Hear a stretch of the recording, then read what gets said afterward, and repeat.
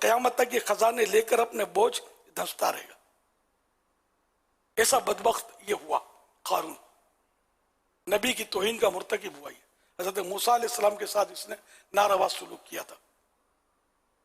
ये मतलब दौलत किसी को काम आती तो कोई दौलतमंद कभी मरता नहीं, बीमार ना होता, बल्कि मजदूर की सेहत अच्छी होती है, दौलतमंद की सेहत खराब होती है। आप देख लें, ब्लड प्रेशर हाई हो गया, लिपिड प्रोफाइल डिस्टर्ब हो गया, शुगर के मरीज हैं बेचारे, सेठ साहब खा के आ जाते, पेट फुला के बैठ जाते हैं, डॉक्टर भागता है, झटक झुटक झाड़ू ये वो, उठाना रखना, लोडिंग अनलोडिंग, सेहत अच्छी है उसकी। अब सूखी रोटी खाकर वो मौज कर रहा था, आप तरने वाले खाकर डॉक्टरों के फेरे लगा रहे होते, फोन कर रहे होते, दवाओं पे पल रहे होते। देख लो यार, अपनी सेहत का भी ख्याल रखें, और इसलिए रखें ताकि अल्लाह की इबादत दिल लगा के कर सके। अल्लाह पाक अमल करने की तौफीक अता फरमाए और अल्लाह करे कि हम आखिरत की तैयारी करें। अब आपने दौरान बयान ये फरमाया कि से वो टेंशन तो असल में या परेशानी तो मुलाजिम को होती है, वो तो बहुत परेशान होता है सेठ ना। मुलाजिम को क्या काम है नहीं है, जॉब चले, धंधा हुआ नहीं हुआ, कारोबार हुआ नहीं हुआ, उसको महीने की तनख्वाह, सेठ को टेंशन, सेठ को टेंशन बहुत होता है, बहुत टेंशन होता है कि यार कैसे करना है, क्या करना है। इतनी टेंशन में ना घबराहट बहुत हो जाती है, ऐसे कैसे चलेगा, घर कैसे चलेगा, बच्चों की फीसें ये वो वगैरह वगैरह। ये टेंशन कैसे कम हो सेठ साहब? जितना माल ज्यादा उतना बवाल ज्यादा। आया डाकू सेठ को उठाएगा, नौकर को नहीं उठाएगा, सेठ के बेटे को उठाएगा, ये चेक है मेरा, नौकर चेक नहीं, नौकर आधार। ये दुनिया में जो हो रहा है सबको पता है। मैं नई बात तो नहीं कर रहा, मैं किसी और, मैं जंगल से तो नहीं आया, इसी मुआशरे का फैला हुआ हूँ। गरीब फुटपाथ पर सो जाएगा, सेठ को एयर कंडीशन रूम में नींद की गोली खाकर नींद नहीं आती, ऐसे भी बेचारे सेठ होते हैं। टेंशन टेंशन टेंशन, ये बीमारी, दिल का प्रॉब्लम, फुला का प्रॉब्लम, नौकर को कुछ नहीं होता। एक 70-80 साल के बूढ़े को एक डॉक्टर ने पूछा, वो झटक झुटक कर रहा था वो दीवारों को झटकनी से, तो क्या आपको कभी दिल का, तो बूढ़े में जलाल में आ गए, क्यों मेरे क्यों होगा बाबा, अभी कब से काम कर रहे हैं? जवानी से कर रहा हूँ, ये कर रहा हूँ। बोला यही राज है कि आपको कभी दिल का मर्ज नहीं हुआ। जो करते रहेंगे, वेन जो है ये हरकत में रहेंगे, ब्लड सर्कुलर जो है वो चलता रहेगा, और सेहत अच्छी रहेगी, आपकी नसें ये वो सब मतलब रेगुलर। तो यूं मतलब यानी कि मजदूर टाइप के लोग जो ये खाते भी हैं, इनको हजम हो जाता है। अब हमारे सेठ खाएंगे तो पराठा, मलाई, अंडा नाश्ते में, इसके बगैर चलता नहीं। पैसा ज्यादा है तो जैम, जेली, ये सब गरीब को मिलता नहीं, यार चाहता है ये भी खाए, उन तो बातों का उसको मुयस्सर नहीं आता, तो ये सादा खाकर यूं इसकी बचत हो जाती है। अच्छा, फिर खाकर मूवमेंट नहीं मिलती, मूवमेंट मिले ना खाकर, भाग दौड़ करे जैसे मजदूर करता है। दुकान के नौकर भी कुछ ना कुछ भाग दौड़ कर रहे होते हैं, ऊपर रखना, नीचे चढ़ना, इधर आना उधर आना, इसको कागज दे आना, उसको पेपर दे आना, उसको बुला लाना, चाय उठा लाना, चाय वाले को लेकर आना, कुछ ना कुछ जो करता रहता है। सेठ साहब ऑर्डर करते रहते हैं। स्विच उठकर भी अब तो जलाने, बत्ती ऑन ऑफ पहले करते थे, इसकी नौबत नहीं, अब तो रिमोट कंट्रोल। इसने थोड़ी बहुत भी जो हरकत में बरकत थी वो ले ली वापस हमारे वो रिमोट कंट्रोलर ने। यही हो रहा है ना। तो बहरहाल ये चोट करने वाली बातें हैं कि मतलब हमको अपनी सेहत का ख्याल रखना चाहिए, मगर इसमें नीयत ये हो कि हम अल्लाह की इबादत अच्छी तरह करें, अल्लाह के राह में भाग दौड़ कर सकें, और हिर्स नहीं होनी चाहिए। हिर्स जो है वो दिल को तबाह कर देती है, लालच जो है रूहानियत को बर्बाद कर दे। रूहानियत नहीं है, कहाँ से आएगी रूहानियत यार? मेरे दौलत की तो कोई मतलब तरकीब हो जाए मुनासिब, खाली इसकी हिर्स भरी हुई है तो रूहानियत को जगह मिलेगी कहाँ दिल में दाखिले की?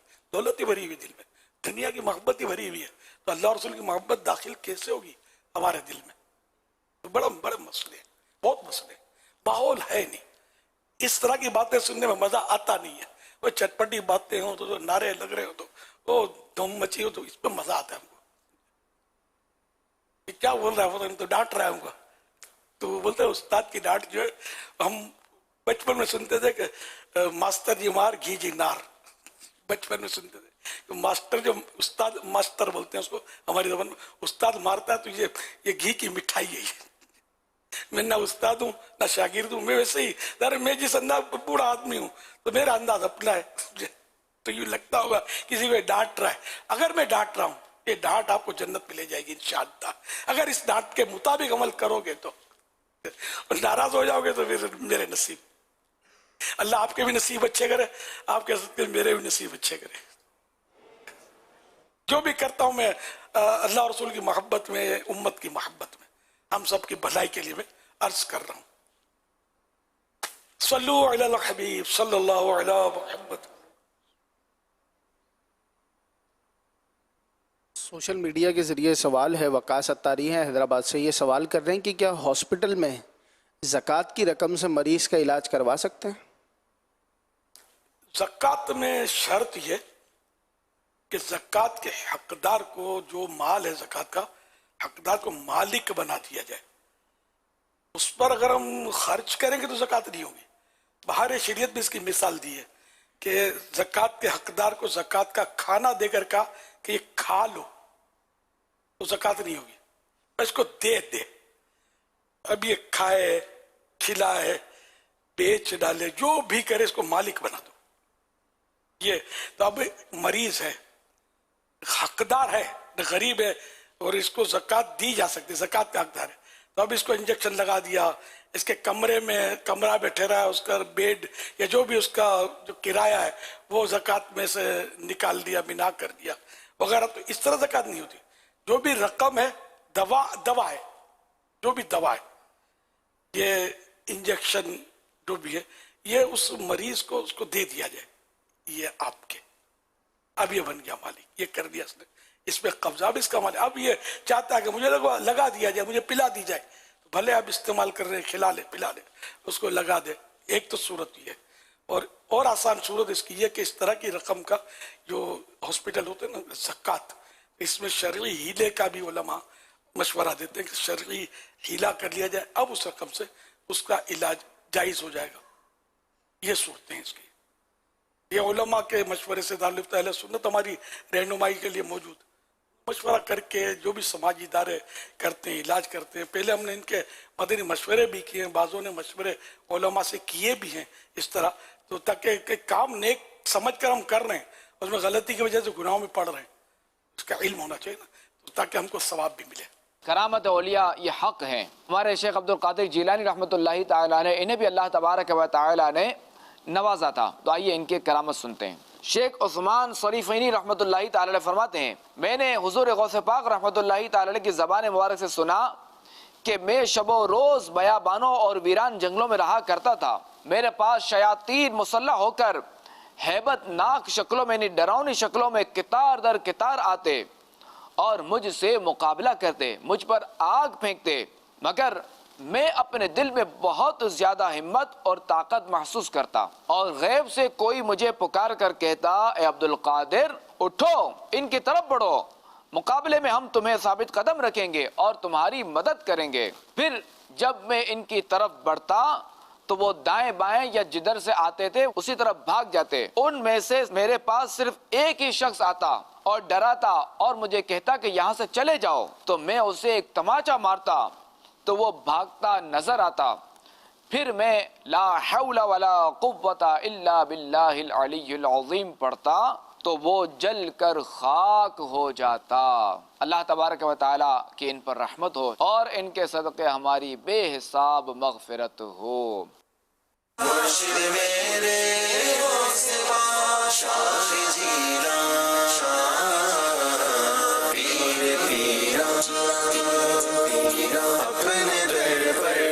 अपने मंगते को बुलाए वो सिपा, अपने दर पर अपने मंगते को बुलाए वो सिपा, और अपनी दीद का शरबत पिलाए वो सिपा।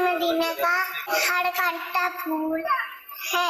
हज़रत आज़म मैं मदीना आई हूँ, आपका भी आका बोला है मदीना। प्यारे आका, मेरे पापा का है ना सलाम कबूल कर ले, पापा को मदीने बुला ले, उनकी बेफाक मक़फ़िरत फरमा दे। पापा मुझे मदीने में आका ने नियाज दिया, आप खाएंगे? आपको मदीने में जुम्मा मुबारक हो। मौलाया सल्ली व सल्लिम दाइमन अबदन अला हबीबिका खैरिल खल्क़ि कुल्लिहिम मुस्तफ़ा जाने रहमत अलाया सलाम शमअ के बज़ में हदाया पौला सलाम। हुजूर के 4 फ़राइज़ हैं। नंबर 1 पूरा चेहरा धोना, नंबर 2 कोहनियों समेत दोनों हाथ धोना, नंबर 3 चौथाई सर का मस करना, नंबर 4 टखनों समेत दोनों पाँव धोना। मेरी उल्फत मदीने से क्यों नहीं, मेरे रोज़ा मदीने में है। मैं मदीने की जान बिना कैसे जीऊं, दीन और दुनिया मदीने में है। माशाअल्लाह, माशाअल्लाह। प्यारे प्यारे बच्चों की प्यारी प्यारी सोनी सोनी अदाएं, 7 करोड़ मरहबा। अल्लाह पाक इन सारे बच्चों को आलिम बामल मुफ्ती इस्लाम दावत इस्लामी का मुखलिस मुबल्लिग बनाए, अपने माँ बाप समेत, दादा दादी, नाना नानी और खानदान वालों समेत बार बार हज नसीब करे, बार बार मिठा मिठा शहद से मीठा मदीना दिखाए। आमीन। बिजाए खातमिन नबिय्यीन सल्लल्लाहु अलैहि वसल्लम। सल्लू अलल हबीब अला मुहम्मद सल्लल्लाहु तआला अलैहि वसल्लम। अल्हम्दुलिल्लाह, आज के मदनी मुज़ाकरे में हमारे साथ काफ़ी इस्लामी भाई मजलिस ताजिरान से वाबस्ता भी शामिल हैं। लाहौर, फैसलाबाद, गुजरांवाला, बहावलपुर, डेरा गाजी खान, सियालकोट, साहिबाल, मुल्तान, कराची, नारोवाल से भी अल्हम्दुलिल्लाह कसीर तादाद में आशिकान रसूल ताजिर इस्लामी भाई हमारे दरमियान मौजूद हैं। और सबको खुशामदीद, मरहबा, अहलन व सहलन। माशाअल्लाह। और ये आज खुसूसी मदनी मुज़ाकरे में भी शिरकत करेंगे इंशाअल्लाह। 3 दिन का तरबियत इज्तिमा हो रहा है इनका जी, माशाअल्लाह। इंशाअल्लाह। इन्हीं इस्लामी भाइयों में से कुछ इस्लामी भाई आपसे सवाल भी अर्ज करेंगे इंशाअल्लाहुल करीम। अस्सलामु अलैकुम व रहमतुल्लाहि व बरकातुहू। वालेकुम अस्सलाम व रहमतुल्लाहि व बरकातुहू। मोहम्मद इरफान अत्तारी, गल्ला मंडी मुल्तान से अर्ज कर रहा हूँ। अमीर अहले सुन्नत की बारगाह में अर्ज है कि ये फरमाएं कि बेगुसल और बेवुज़ू क्या तफसीर की किताब को पढ़ सकता है? मदनी फीस मदनी फीस इंशाअल्लाह हर हफ्ते को मदनी मुज़ाकरा पाबंदी से देखा करूँगा इंशाअल्लाह। मदनी काफिला भी इंशाअल्लाह। माशाअल्लाह। कुरान करीम की तिलावत भी बेवुजू तो हो सकती है, बगैर छुए, टच किए बगैर। और बेगुस्ल कुरान करीम की तिलावत जायज़ नहीं है। जिस पर गुस्ल फर्ज हो उसके लिए अलबत्ता आयत दुआ या आयत हम्द, इसमें अल्लाह की तारीफ बयान की जाती है। ये हम्द या दुआ की नीयत से आयतें जो बेगुसला भी पढ़ सकता है। रही तफसीर, तफसीर में इस एहतियात के साथ अगर पढ़ सकता है बेगुसला भी कि आयत को पढ़ना भी नहीं है और टच भी नहीं करना। तो जायज है। मसला नहीं कि कोई दूसरा इस्लामी भाई मौजूद है, वो आपको खोल खोल के दिखा रहा है और आप उसको देख के पढ़ रहे हैं, लेकिन आयत नहीं पढ़नी, ना इसका तर्जमा पढ़ना है, ना तर्जमे या आयत को टच करना है, ना इसके ऐन पीछे टच करना है। यानी अगर तो तफसीर जैसे बड़ी तफसीर हो, जैसे सिरातुल जिनान है, तो अगर इसको इस अंदाज में उठाया कि आयत और आयत के ऐन पीछे हाथ नहीं लगता तो इसका उठाना तो जायज़ हो जाएगा। लेकिन जैसे हाशिया होता है जिसको देख के कुरान कहा जाता है, जैसे ख़ज़ाइनुल इरफ़ान है, नूरुल इरफ़ान है, तो इसको बेवज़ू बेगुसल उठा भी नहीं सकते। जी, कंजुल ईमान शरीफ है जैसे, तो इसको बेवजू भी नहीं उठाएंगे। दूसरा ये इरशाद फरमाया कि एक तो पढ़ना है और एक होता है नज़रों से पढ़ना। तो अगर जैसे आपने फरमाया सामने किसी ने खोल के रख दी, तो उसमें अगर कोई नज़रों से पढ़ता हुआ जाता है तो इसमें कोई हर्ज होगा? जैसे आमतौर पे जो पढ़ा जाता है वो नज़रों से पढ़ा जाता है, जी जी। तो अगर उस दौरान कुरान की आयत भी सामने आ रही है, तर्जमा भी सामने आ रहा है, तो उसको नज़रों से तर्जमा भी नजर से पढ़ने में तो आयत भी पढ़ सकता है ना। जी हाँ, ये तो है कि तफसीर अगर कोई जैसे दिखा रहा, तो अगर गुस्ल नहीं है उस पर, फर्ज है गुस्ल, तो वो नजर से पढ़ सकता है आयतें, तर्जमा, तफसीर बेगुसला। और बेगुसला जबानी भी तफसीर बेगुसला जो है वो जबान से ना पढ़े, आयत और तर्जमा ना पढ़े। आयत और तर्जमा ना पढ़े, तफसीर जबानी पढ़ सकता है जिस पर गुस्ल फर्ज है वो भी।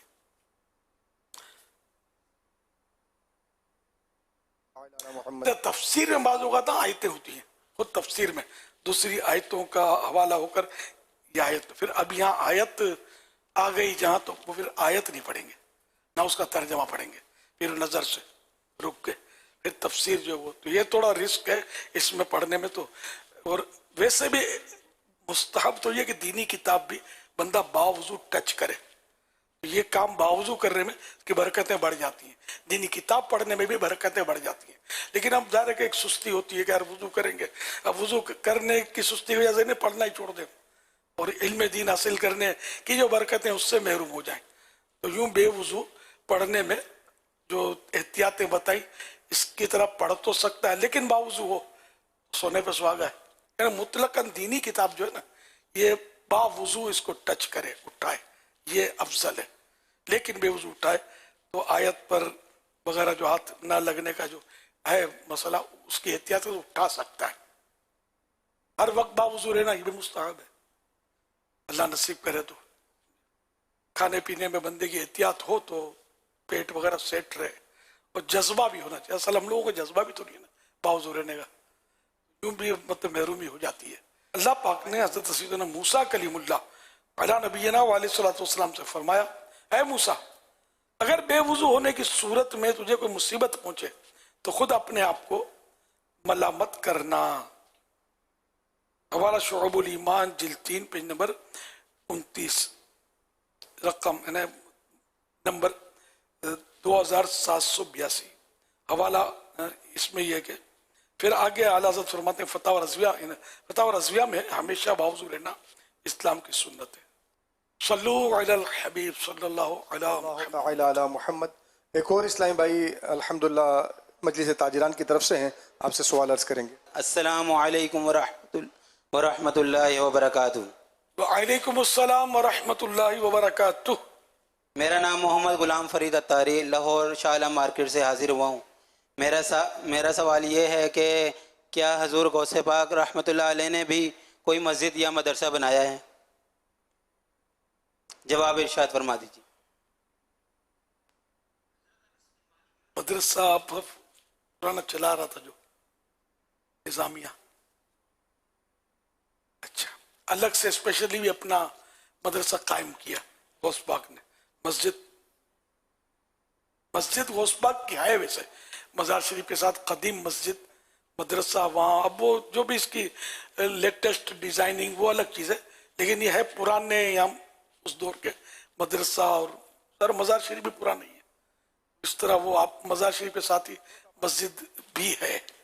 वही मदरसा भी, ये वही मदरसा तो नहीं है जिसके बारे में कहा जाता था कि मेरे मदरसे से, अगर मेरे मदरसा, अल्लाह बेहतर करे शायद ये वही है। बताया ये गया है कि ये वही मदरसा है। उसके वो बैक साइड की तरफ दरवाजे बने हुए और ऊपर लिखा हुआ भी है ना, वही जी वही मदरसा है। है, बरकत वाले हैं, बुजुर्गों से उसकी जैसी जैसी तैसी निस्बत है। हम भी उसके सामने से गुजरे थे तो वो बात याद आ रही थी। नहीं, जो गुजरे वो तो एक हिकाया वाकया है ना, जो गुजर तुम्हारा मतलब भाई बरकतें तो हैं, बुजुर्गों की निस्बत जिस चीज से भी हो जाए तो उसकी बरकतें बढ़ जाती हैं। सल्लू अलल हबीब सल्लल्लाहु ताला अला मुहम्मद सल्लल्लाहु एक अलैहि वक्त था हुजूर के मसाजिद और मदारिस अवाम या दीगर बनाने के बजाय ये रियासतें और हुकूमतें जो हुआ करती थी उनके तहत ये सारे निज़ाम चला करते थे। और आज भी दुनिया में चंद ममालिक ऐसे हैं कि जिनमें ये सारा निज़ाम हुकूमतों के तहत ही हुआ करता है। अब जो ममालिक में ये नहीं निज़ाम होता तो वहाँ अवाम फिर अपने तौर पर तंजीमें, अंजुमनें या अवाम ही अपने तौर पर कोई ना कोई जगह बनाते। तो माजी का जो एक अंदाज़ रहा है वो यही रहा है कि इमाम हो या ये जो भी एक मजहबी मामला भी हुआ करता था तो वो बाकायदा हुकूमतों के और औकाफ और ये सारी चीज़ों के तहत ही हुआ करता था। तो हो सकता है कि उस वक्त जितने भी मसाजिद या मदारिस के सारे मामलात होते हों वो भी इसी तहत चलते हों, होते होंगे। लेकिन जहाँ जहाँ ये निज़ाम है ना बाज़ मुल्कों का, तो उसमें भी कहीं की प्राइवेट मस्जिदें होती जी, वो एक अलग जगह है। जनरली मतलब ये कि औकाफ ही निज़ाम संभाल रही होती है। और गालिबन प्राइवेट मस्जिदों में भी ये होता है कि परमिशन मिली किसी को, उसने अपनी प्राइवेट मस्जिद बना भी ली, लेकिन फिर औकाफ जब चाहे वो अपने अंडर में ले सकती है। शायद इस तरह के निज़ाम तो अंडर में ही रहता है, चाहे वो सेमी प्राइवेट के नाम पर ही हो, लेकिन निज़ाम अंडर में उनके कानून और जो भी है उसके मुताबिक ही उससे उससे नहीं हटा जा सकता। सल्लु अलल हबीब सल्लल्लाहु अलैहि मुहम्मद। एक और इस्लाम में आपकी खिदमत में सवाल अर्ज करेंगे। अस्सलामु अलैकुम व रहमतुल्लाहि व बरकातुहू। व अलैकुम अस्सलाम व रहमतुल्लाहि व बरकातुहू। हजरत मेरा एक सवाल है कि कब्रिस्तान में जाएं तो कब्र पर मिट्टी डालने के बाद बच्चे पानी के लिए लेकर आते हैं हाथ धुलाने के लिए, बाद में ये बच्चे मांगते हैं इनका पैसे, मांगना जायज है या नहीं, देना जायज है या नहीं? अब वो हाथ धुलवाते हैं, हमने मुतालबा किया नहीं, अजीर तो है नहीं हमारे, इनका मांगना एक तरह का भीख मांग रहे हो, सवाल कर रहे हैं, देना नहीं चाहिए। ये प्रोफेशनल होते हैं, वो आप जाएंगे, कोई आपका थोड़ा टिप टाप होती है ना, तो वो आएंगे भाग भाग के वो बाल्टी लेकर पानी की तो डब्बा कब्र पर भी डालेंगे, ये भी फजूल बहारे होते हैं, कोई फायदा नहीं। कब्र पर पानी डालना सुन्नत कब है? जब दफन कर लिया मैयत को, जिस वक्त उस वक्त पानी डालना सुन्नत है। तो मिट्टी जमाने के लिए ये पानी अंदर जाकर अगर खुदा ना खास्ता मुर्दा आग की लपेट में तो उस आग को फायदा नहीं करेगा, ये उसके लिए नहीं है, मिट्टी जमाने के लिए। अच्छा, इसके अलावा किसी कोई पौधा है, घास है, इस वजह से पानी बाद में भी डाला कि जरूरत हो, बिला जरूरत नहीं, या इसको जरूरत है पौधे को, अब इस पौधे के लिए पानी डाला तो वो पौधे को फायदा करेगा, पौधा तरोताजा रहेगा वगैरह। तो बाकी जो हमारे रस्मी तौर पे जो पानी के डिब्बे डाले जाते हैं, ये सब ये फजूल है, ये गुनाह है, पानी से जाया होता है, इसको पैसे देने क्या, इसको पानी डालने भी नहीं देना चाहिए। ये सब हो रहा है हमारे कब्रिस्तानों में। लोगों को इतनी मालूमात नहीं, बेचारे बुलाते हैं, गोरकन को बुलाते हैं कि पानी डाल दे, तो पता नहीं, वो बेचारे समझते होंगे आपका पानी इसको फायदा नहीं पड़ेगा, आप एक दुरूद शरीफ पढ़े और अपने अजीज को ईसाले सवाब कर दें, इसका फायदा होगा। या किसी गरीब मिस्किन को बेशक आप अपने तौर पर कोई खैरात दे दें ईसाले सवाब की नीचे, इसका भी फायदा पहुंचेगा। खाना खिलाएं, कपड़े पहनाएं, दीनी किताब किसी को ईसाले सवाब के लिए दें तो ईसाले सवाब कर सकते हैं। ये पानी डालना जो है ठकाठक पानी डाल रहे होते हैं, ये रॉन्ग, बिला जरूरत जायज नहीं है। आप शम्मे जलाते हैं, शबे बराअत में तो शम्मा यानी कि वो कैंडल प्रोडक्शन बढ़ जाता है, अगरबत्तियां कब्रों में गाड़ गाड़ के चले जाते हैं, शम्मे जला के चले जाते हैं। तो कब्र में उजाला करेगा, अल्लाह की रहमत से उजाला होगा, नूर मुस्तफ़ा का सदका मिलेगा। आप नेकियां इसाले सवाब करेंगे उसको, उसका उजाला अल्लाह दे देगा। बाकी आपकी ये मोमबत्ती, तो वैसे कब्र पर मोमबत्ती अगरबत्ती जलाना ये तो आग है, कब्रिस्तान में आग ले जाना ये अच्छी फाल नहीं है, ये मुनासिब नहीं है। कब्रिस्तान में आग ले जानी नहीं चाहिए। चे जाके कब्र के ऊपर माज़अल्लाह आग जला देते हैं लोग, कैंडल जलाते हैं। हमारे यहाँ शबे बारात में, हमारे यहाँ कराची में तो बहुत करते हैं, खुदा जाने और शहरों में भी होता हो तो ताज्जुब नहीं है। ये फतह रज़ियों में भी इसका तज़किरा मुमानत है, इसका मतलब ये कोई लंबा चौड़ा मसला ही है, पुराना है, मुमानत की हुई है बुजुर्गों ने कि ये गलत तरीके हैं। अगर अंधेरा है, कोई कब्र पर पाँव न रख दे, लोग कसरत से आ रहे शबे बारात में, इस नियत से कब्र पर नहीं, किनारे पर इस नियत से किसी ने मोमबत्ती जलाई ताकि गुजरने वाला देख ले ये भाई कब्र है, या कोई अपने अजीज की कब्र है, उसको भी दूसरे रिश्तेदार है आपके, उनको ढूंढने में आसानी होगी। कोई अच्छी नियत हो, जरूरत हो तो मोमबत्ती, या वहां जाकर आपको तिलावत करनी है बैठ के, यासीन शरीफ देखकर मसलन पढ़नी है, तो कोई जरूरत है ऐसी, इसकी वजह से जलानी है तो भी साइड पे जलाएंगे, ना कि कब्र पर, वरना फजूल जला के चले जाते हैं। हो सकता है लड़के बने आकर करके वो समट के लिए भी जाते होंगे, भरोसा नहीं है। अगरबत्तियां जला देते हैं, अगरबत्तियां भी जलाई जा सकती हैं, जबकि हाजिरीन के लिए खुशबू, कुछ जमा है, नात खानी कर रहे हैं, कुरान खानी कर रहे हैं, तो इनको खुशबू पहुंचानी नहीं, इससे कब्र पर नहीं, अलग से अगरदानी अपनी रख लें या अलग से कहीं मतलब को गाड़ दें जहाँ कब्र ना हो किसी मुसलमान की। यूं अगरबत्ती का फायदा उठाया जाता है, पूरा पूरा जूड़ा निकालते हैं और बेचने वाले भी बस होते हैं। ताजीरों के मसाइल तो एक से एक है, ये भी ताजीर ही होते हैं। बगैर खुशबू की अगरबत्तियां भी चल रही होती है, मज़ारों में बगैर खुशबू की मैंने खुद देखी है, पूरे पूरे बंडल आते हैं, तो बिल्कुल इसमें कोई खुशबू नहीं थी, खाली ये समझो रॉ मटेरियल है, ये स्टिक पर इसका मसाला लगा, अब इसमें खुशबू डालनी होती है।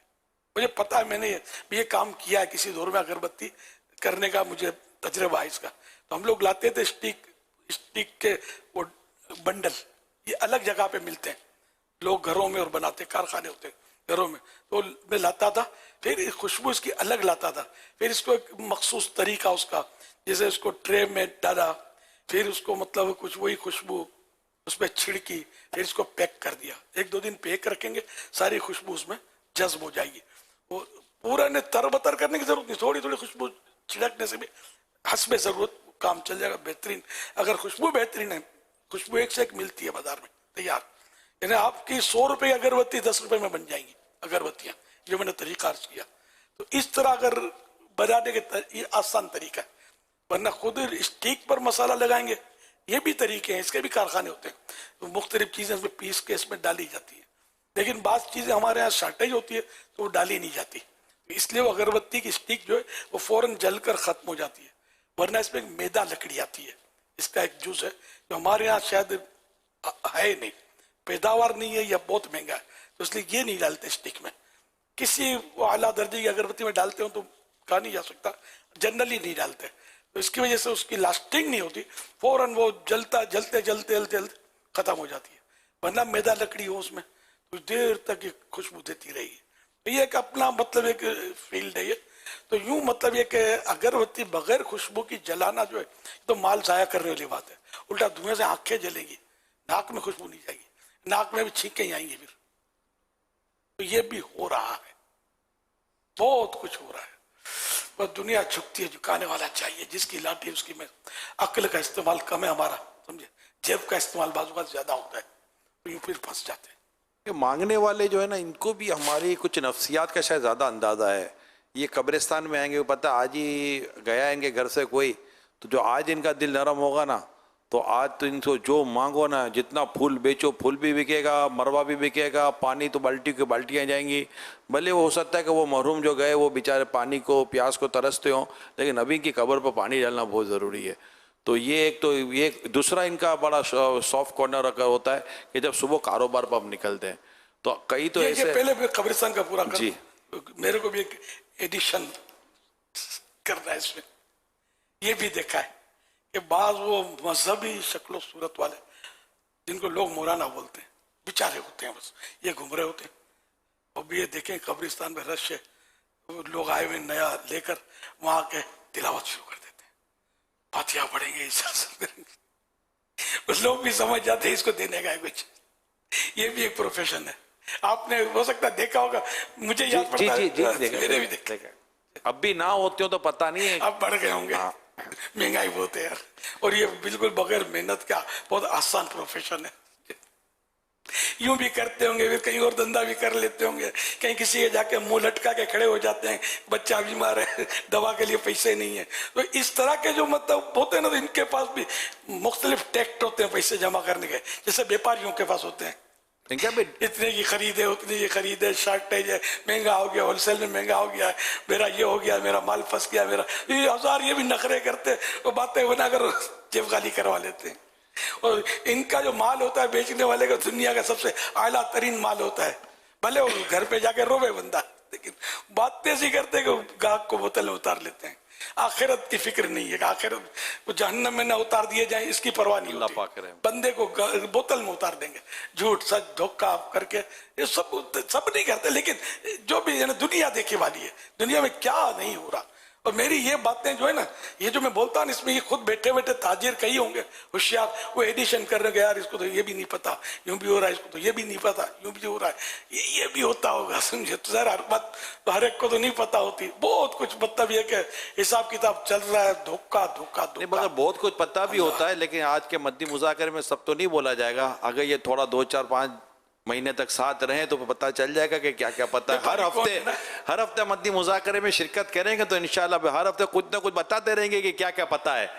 तो इंशाल्लाह हो सकता है कि उनको वो भी पता चल जाए जो इनको नहीं पता है, जो मार्केट में रहते हैं।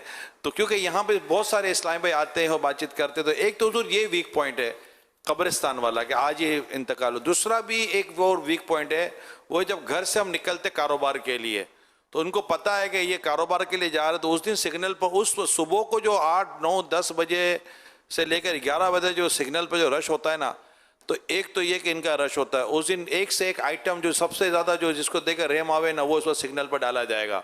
फिर सिग्नल के ये हमारे तमाम इस्लामी भाई जो भी सुन रहे थे गौर करें, जिस सिग्नल का टाइम ड्यूरेशन ज़्यादा है ना, उस पर रश ज़्यादा होता है। क्योंकि एक सिग्नल है 20 सेकेंड का, एक सिग्नल है 120 सेकेंड का। अब जो 120 सेकंड का सिग्नल है, पता है कि ये 2-3 मिनट तक जाना इसने कहीं भी नहीं है, यहीं खड़ा रहेगा। तो वहां पर ये इनकी बहुत मतलब इनकी बड़ी टीम आती है, बड़ा इनका मतलब के टारगेट होता है। पूरा माफिया, पूरा माफिया होता है, हर एक को न्याय नहीं देंगे, ये इनके अपने लगे बंदे बाकी धमकियां। इनका होता होगा ना कि बकरी को भगा देते होंगे, इनका होता होगा ना कौन कितना ज्यादा मतलब ला सकता है। लेकिन मैं ये अर्ज कर रहा हूँ कि ये हमारा वीक पॉइंट ये है कि जब हम घर से निकलते हैं ना, तो कई कार वाले ऐसे हैं जिनको मुझे पता है कि उन्होंने अपने कार के जो एक एस्ट्रे का जो एक ट्रे होती है या इधर होता है, उसके अंदर इन्होंने चेंज रखा ही होता है, यानी जिसके ऊपर सिक्के बोलते हैं ना, चिलर, चेंज रखा ही होता है। इनको बस ये होता है कि कोई भी आएगा